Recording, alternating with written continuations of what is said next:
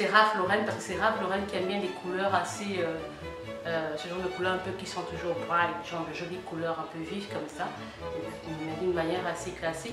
Et là donc elle met donc la robe jaune que tout le monde a aimé, une robe vraiment droite, légèrement près du corps, et ça allait vraiment bien, sauf que les bras étaient complètement nus, mais je crois que certaines personnes disent en fait que du fait que Meghan et Harry ne sont pas next en line pour le trône, ne sont pas des gens qui vont aller directement next, la reine peut être plus ou moins flexible avec eux. Sauf que je ne crois pas tant que ça, parce que si ce sont les règles de la royauté, ben c'est des règles de la royauté. Et d'ailleurs,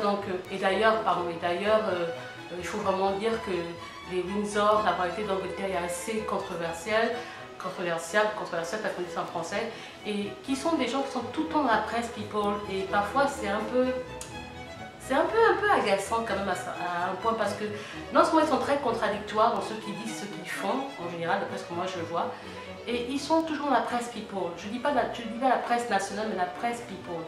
Et c'est toujours un peu comme du genre, ils veulent toujours montrer qu'ils sont très stricts, mais on va voir qu'ils sont toujours dans la presse people.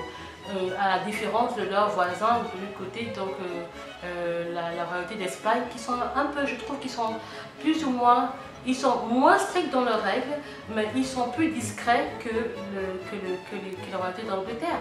Et j'apprécie plus la royauté d'Espagne pour la seule raison que je les trouve plus simples, plus discrets dans ce sens-là. J'ai pas vraiment entendu beaucoup de scandales sur eux, comme ceux de l'Angleterre. J'ai rarement entendu beaucoup de scandales, à part quand la sœur de Felipe, du prince, il n'est plus prince, il est maintenant le roi Felipe de Asturias, je crois, qui est maintenant devenu le roi d'Espagne, puisque Juan Carlos de Bourbon a abdiqué. Donc tranquillement, ça s'est passé d'une manière très simple. Felipe a pris donc le pouvoir, et même quand il était dans la Coupe du Monde, un homme assez discret, sa femme qui est pourtant journaliste, qui est dans le milieu des médias, Laetitia, qui est vraiment coquette, simple et vraiment pas trop de bruit quoi. Et on les voit parfois donc en sortie avec la reine Sofia de Grèce, qui est en fait qui est donc la femme de Juan Carlos. Mais on les voit ensemble et c'est plutôt simple. La seule fois où j'ai entendu du scandale sur encore à la limite, c'était le scandale un peu financier, sur la gestion financière, je ne sais pas trop quoi, qui impliquait, je crois, la Infanta, Cristina, donc la sœur de Juan Carlos. Bref, voilà un peu, donc, juste une petite parenthèse. Donc, c'est assez contradictoire de savoir si vraiment Meghan obéit, si vraiment elle s'habille et que quelqu'un vraiment supervise son habillement, je ne sais pas. Alors donc après ça, il y a eu donc la sortie qu'ils ont fait donc à l'église. Toute la famille est allée donc à l'église pour aller à un événement, je ne sais plus trop c'était quoi.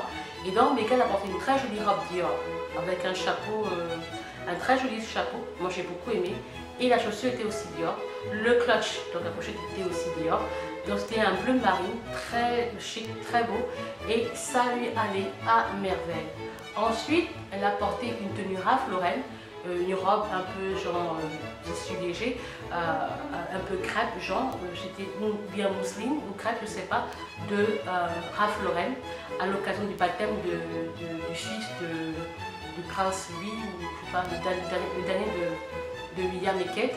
Donc elle avait une très jolie robe, un chapeau, en tout cas j'ai vraiment aimé, sauf que le bas n'allait pas vraiment, le collant était plus blanc que ses jambes, mais bref c'était pas mal, en tout cas c'est du Ralph Lauren, très beau, ça lui allait, ça a éveillé quand même, pas quand même, ça allait bien par rapport aux tenues précédentes, tout ça. Ensuite elle est donc allée en mission en Irlande avec son époux, et là donc elle va donc porter trois à quatre différentes tenues si je ne me trompe pas, dont une fashion designer qui est son ami, un Irlandais, donc je crois que c'est Roland Mouret, je crois qu'il est irlandais ou français, je ne sais pas. Donc elle a donc porté cette tenue qu'elle a mise quand elle est allée à l'aéroport, que les gens ont vraiment aimé, la couleur un peu grise olive, jolie tenue. Là encore, elle n'a pas obéi aux règles de la reine qui était de comment dire, de ne pas donner une opinion personnelle. Et là-bas, donc, elle dira à la femme du président irlandais son soutien pour l'avortement, le droit à l'avortement des femmes, etc. Donc, vous savez que...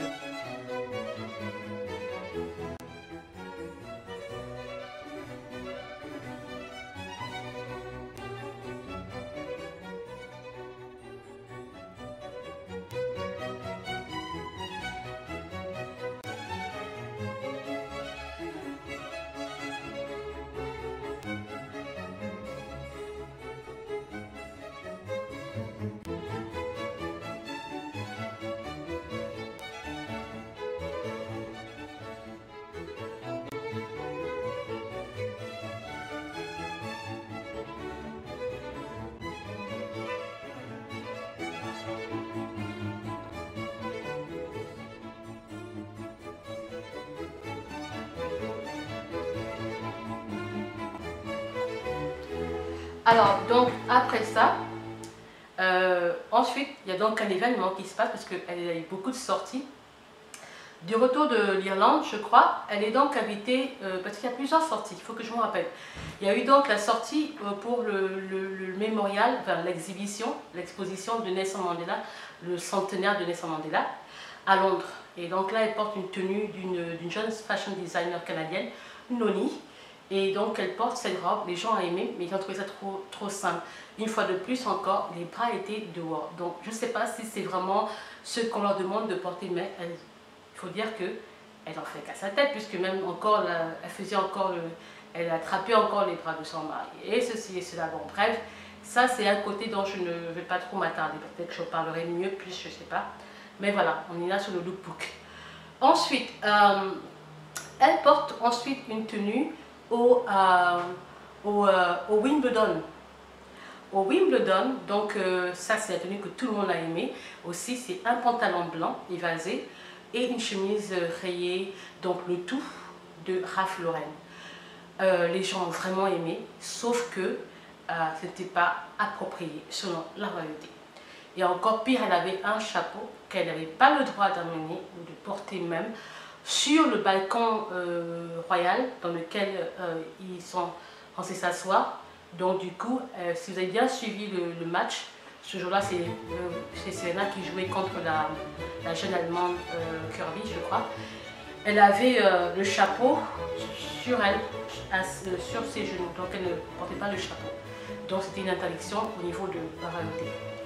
Ensuite, elle aura une autre sortie, c'est le match de polo. Et le match de polo, donc elle portera une robe jean. Et là donc c'était très beau parce qu'en fait elle a donc innové le jean d'une autre manière parce qu'on pensait qu'elle devait porter une paire de jeans sombres. Non, elle a amené une robe Carolina Herrera, très jolie, vraiment appropriée, légèrement couverte ici, bien coupée ici, très jolie, avec un clutch de J. Crew, je crois. Et donc c'est ce qu'elle avait porté. C'était vraiment très joli. Et ensuite après ça, donc après justement, donc il y a eu comme un, si je ne me trompe pas, si je me suis trompée, si j'oublie quelque chose, donc je mettrai les photos au fur et à mesure. Et donc elle portera ensuite donc hier au Centerville, donc une forme de pièce musicale théâtrale organisée par un grand metteur, enfin je sais pas trop, un grand artiste, hein, dont moi je connais pas, donc apparemment beaucoup d'Américains connaissent l'artiste en question, je découvre aussi, qui a eu lieu donc au Victoria Palace.